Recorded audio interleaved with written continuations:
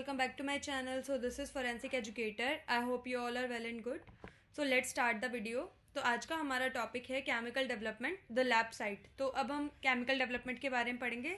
किसके रिलेटेड में? प्रिंट्स के रिलेटेड में, कि प्रिंट्स को केमिकल डेवलपमेंट से किस तरह से हम देख सकते हैं. So there are reagents, reactions and results in chemical development. So let's start with the first slide. Why chemicals over powders, कि हम केमिकल्स को क्यों यूज़ कर रहे हैं पाउडर्स की बजाय. तो सबसे पहली बात है द पोरस प्रॉब्लम, कि ऑन पेपर कार्डबोर्ड और raw wood fingerprint oils are absorbed into the papers. कि अगर जैसे कि पोरस सब्सटेंसेस हैं, जैसे कि पेपर है, कार्डबोर्ड है या रो वुड है, मतलब ऐसा मटेरियल जो जिसमें पोर्स हैं, वो क्या करेंगे कि जो फिंगरप्रिंट के ऑयल्स हैं उनको एब्जॉर्ब कर लेंगे अपने फाइबर्स के अंदर.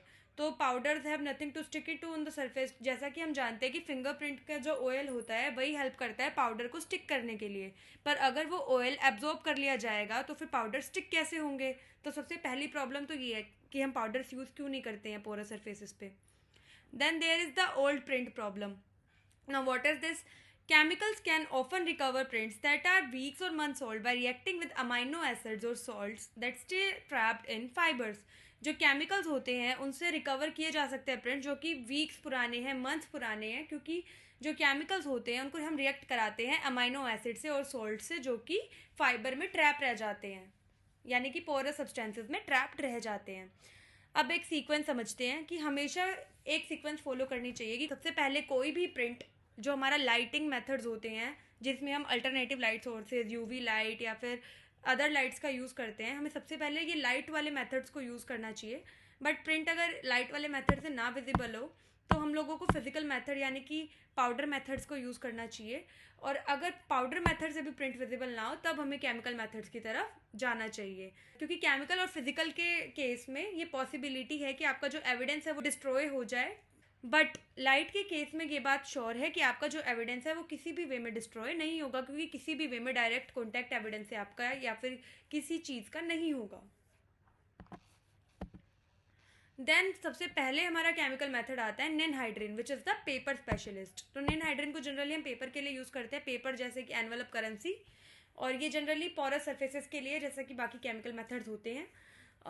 द रिएक्शन, अब जो निनहाइड्रिन होता है ये अमाइनो एसिड्स के साथ रिएक्ट करता है जो कि ह्यूमन के स्वेट में प्रेजेंट होते हैं. तो ह्यूमन के स्वेट की पहले कंपोजिशन समझ लेते हैं. उसमें वाटर होता है, इलेक्ट्रोलाइट्स होते हैं, अमाइनो एसिड्स होते हैं और यूरिया होता है. तो ह्यूमन के स्वेट में अमाइनो एसिड होता है, उससे निनहाइड्रिन हमेशा रिएक्ट करता है. तो ये प्रोड्यूस करता है डीप पर्पल पिंक कलर, जिसे हम बोलते हैं रूहिमन्स पर्पल. तो अब इसका एक प्रोसेस है जो कि हम समझ लेते हैं. द पेपर इज डिप्ड और spread and then heated sometime specialised iron और oven to speed up the development. तो सबसे पहले एक पेपर है जिसपे डाउट है हमें कि इस पे प्रिंट हो सकता है. तो इस पेपर के ऊपर स्प्रे किया जाता है निनहाइड्रिन का. निनहाइड्रिन को स्प्रे करने के बाद किसी भी अवन में या फिर स्पेशलाइज्ड आयरन में हम इसको पेपर को रख देते हैं. और ये हम पेपर को इस अवन के अंदर क्यों रख रहे हैं? हम इसलिए रख रहे हैं ताकि जो हमारी डेवलपमेंट है वो स्पीड अप हो जाए. और जैसे ही हम उसको हीट प्रोवाइड करते हैं तो थोड़ी देर बाद ही प्रिंट हमें विजिबल हो जाता है. So this is the ninhydrin method. Then there is cyanoacrylate fuming, which is also known as super glue.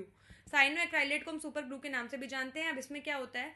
सबसे पहले ये जो मेथड है ये नॉन पोरस सरफेसेस के लिए, जैसे कि प्लास्टिक, ग्लास, फायर आर्म्स और इलेक्ट्रिकल टेप्स के लिए. अब इसके पीछे की साइंस क्या है?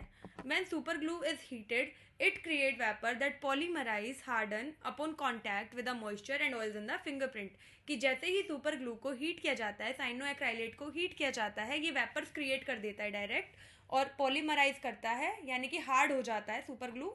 और ये हार्ड कब होते हैं? ये जो वेपर्स हैं ये कॉन्टैक्ट में आते हैं मॉइस्चर के और ऑयल के, जो कि फिंगरप्रिंट में प्रेजेंट होते हैं. अब इसका रिजल्ट क्या आता है? इसका रिजल्ट आता है एक semi permanent white 3D mask of the fingerprint. की हमें एक semi permanent white 3D mask मिलता है फिंगरप्रिंट का. अब इसका प्रोसेस समझते हैं. Evidence is placed in a fuming chamber with a heat source and a small amount of glue. Evidence को इसमें हम एक फ्यूमिंग चैम्बर के अंदर डालते हैं और ये फ्यूमिंग चैम्बर जो होता है इसमें एक हीट सोर्स होता है और छोटा सा अमाउंट हम ग्लू का एविडेंस में डालते हैं. सो ये एक एविडेंस था, ये हमारा हीटिंग चैम्बर है और उसके अंदर हम डाल देंगे एविडेंस को. Then there is DFO. DFO is 1,8 diazofluorine 9,1. तो अब DFO के बारे में थोड़ा सा पढ़ते हैं. इस मेथड में क्या होता है? ये पोरस सरफेसेस के लिए, जैसे कि पेपर, इसको यूज़ क्यों करते हैं? It is more sensitive then ninhydrin, ये निनहाइड्रिन से भी ज़्यादा सेंसिटिव है, और इसका जो रिजल्ट आता है वो पर्पल नहीं आता है, ये फ्लोरोसेंस प्रोवाइड करता है। और हमेशा डीएफओ को निनहाइड्रिन के पहले यूज़ करते हैं, क्योंकि निनहाइड्रिन के बाद तो जो एविडेंस है वो डिस्ट्रॉय हो जाएगा, क्योंकि निनहाइड्रिन जो है वो डायरेक्ट टच में आता है ना हमारे एविडेंस के। तो always use DFO before ninhydrin. अगर आप दोनों को यूज़ करना चाहते हैं तो पहले डीएफओ को ट्राई करें। अगर डीएफओ से आपको फ्लोरोसेंस नहीं मिल रहा है डीएफओ यूज़ करने के बाद भी, तब हम निनहाइड्रिन की तरफ मूव कर सकते हैं। तो दिस इज़ अ फोटो जिसमें डीएफओ की हेल्प से हम लोग फ्लोरोसेंस प्रोवाइड करवा रहे हैं, सो दैट जैसे डीएफओ की हेल्प से हम लोग अपने एविडेंस को अच्छे से देख पा रहे हैं, हमारा जो फिंगरप्रिंट है अच्छे से हमें विजिबल हो पा रहा है due to fluorescence. Now there is iodine fuming. This is the reversible method. So what we do in this? So the science is iodine crystals undergo sublimation. यानी कि sublimation क्या होता है कि कोई भी सब्सटेंस सीधा सॉलिड से गैस में जब टर्न हो जाता है तो हम उसको सब्लिमेशन बोलते हैं। तो आयोडीन क्रिस्टल्स अंडरगो सब्लिमेशन, यानी कि जो आयोडीन क्रिस्टल्स हैं वो हीट मिलते ही सब्लिमेट कर कर गैस प्रोड्यूस करते हैं। The vapours are absorb by the fatty oils in the print. और ये जो गैस निकल रही है, ये जो वेपर्स निकल रहे हैं, इनको एब्जॉर्ब कर लिया जाता है प्रिंट के फैटी ऑयल्स के द्वारा। तो अब इससे रिजल्ट हमें मिलता है एक brownish orange print.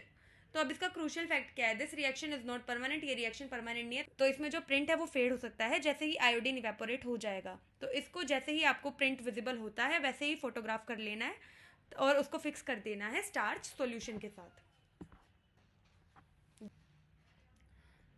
Silver nitrate physical developer. Silver nitrate एक तरह का फिजिकल डेवलपर है। Let us understand what is it. तो इसके पीछे की साइंस क्या है? React with chlorides in sweat. जैसा कि हम जानते हैं कि जो हमारा स्वेट होता है उसके अंदर सॉल्ट्स होते हैं जैसे कि क्लोराइड। तो अब ये जो क्लोराइड है इससे सिल्वर नाइट्रेट रिएक्ट करता है। This is often the last resort for porous evidence. ये हमेशा लास्ट ऑप्शन होता है पोरस एविडेंस के लिए कि किसी और तरीके से जब हमें विजिबल नहीं हो रहा है तो we use silver nitrate. It is particularly use for papers. ये जनरली पेपर के लिए यूज़ किया जाता है that have been wet in the past, जो कि पहले कभी पास्ट में भीग गया हो, क्योंकि जो सॉल्ट्स होते हैं वो कभी भी वॉश अवे नहीं होते जैसे कि अमाइनो एसिड्स हो जाते हैं। अब इसका रिजल्ट क्या आता है? इसका रिजल्ट आता है कि हमें एक डार्क ग्रे या फिर ब्लैक इमेज मिलती है प्रिंट की। Then there is amido black and leuco crystal violet which is also known as LCV।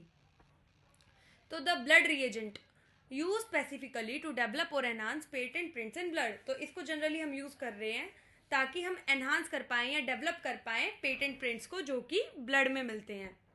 एमाइडो black stains the proteins in blood और डार्क ब्लू और ब्लैक। ये जो एमाइडो ब्लैक स्टेन है हमारा, ये स्टेन कर देता है प्रोटीन्स को जो हमारे ब्लड में होते हैं। और कौन से कलर में उनको स्टेन करता है? डार्क ब्लू या ब्लैक कलर में। अब जो LCV है, a catalytic reagent that turns blood purple. ये एक कैटालिटिक रिएजेंट है जो कि ब्लड को पर्पल कलर का कर देता है। It is often spread at scenes to make faint blood print visible. इसको सीन्स पर तब स्प्रे किया जाता है जब हमें फेंट, जो कि फेंट हो चुके हैं ब्लड प्रिंट्स, उनको विजिबल करना हो। So this is all about the video. You can comment down your queries. Thank you for watching my video. Please like, share, comment and subscribe to my channel. Thank you so much. Bye bye.